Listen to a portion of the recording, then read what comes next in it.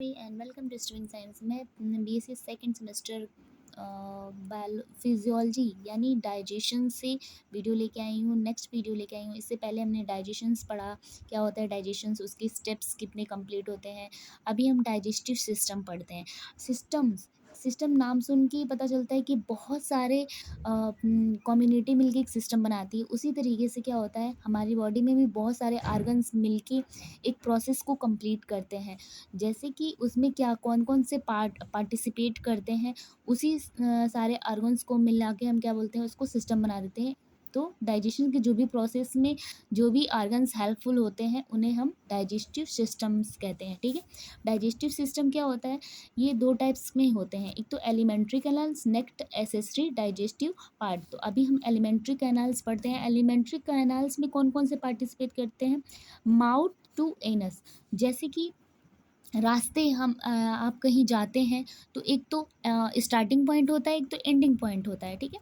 जब जहाँ से आप चलते हैं और जहाँ से आप रुकते हैं, वहाँ से उसके बीच में बहुत सारे प्रोसेस आते हैं ना, कि जाते हैं तो कोई प्रॉब्लम आ जाती है, कुछ भी हो जाता है।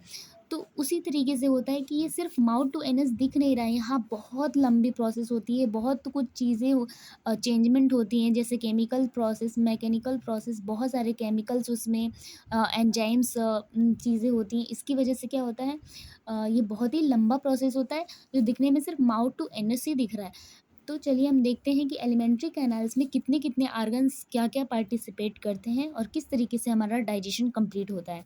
सबसे पहला तो स्टार्टिंग होता है माउथ, ठीक है। नेक्स्ट होता है ओरल कैविटी यानी बकल कैविटी। बकल कैविटी में क्या आते हैं, पैलेट आ गए, मतलब तालू, teeth, tongue and salivary glands इसमें प्रेजेंट होते हैं, जो हमारे डाइजेशन में हेल्पफुल होते हैं, ठीक है। और ये जो एलिमेंट्री कैनाल वाले जो ऑर्गन होते हैं, ये डायरेक्टली इनका मतलब डाइजेशन में रोल होता है। बट जो एसेसरी डाइजेस्टिव पार्ट्स होते हैं, जैसे कि liver, gall bladder and pancreas, ये सिर्फ हेल्प करते हैं इनको डाइजेशंस करने में, भोजन को डाइजेशन करने में इनकी सहायता करते हैं, इसलिए इसे एसेसरी डाइजेस्टिव पार्ट कहते हैं। ये डायरेक्टली इन्वॉल्व नहीं होते हैं डाइजेशन में, ठीक है। नेक्स्ट क्या हो गया, फेरिंग्स। ओरल कैविटी की बात आता है, फेरिंग्स, फिर ओशोफेगस, फिर स्टमक, फिर इंटेस्टाइन।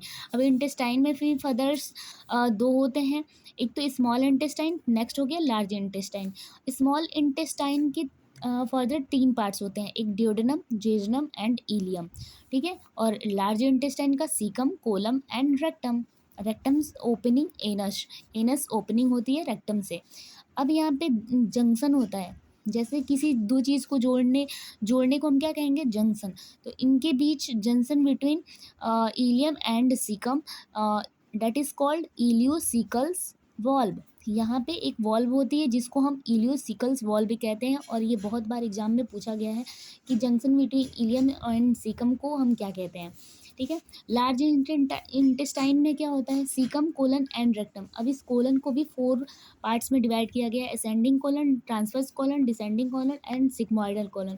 जब हम डायग्राम्स के थ्रू पढ़ेंगे तो हमें अच्छे से समझ में आएगा कि ascending, transverse and descending and sigmoidal colons क्या क्या होते हैं। अब चलिए इसके प्रोसेस देखते हैं कि किस तरीके से ये प्रोसेस होता है डाइजेशन का। तो देखते हैं, सबसे पहले कोई फूड पार्टिकल्स होता है, उसको हम क्या करते हैं, इनटेक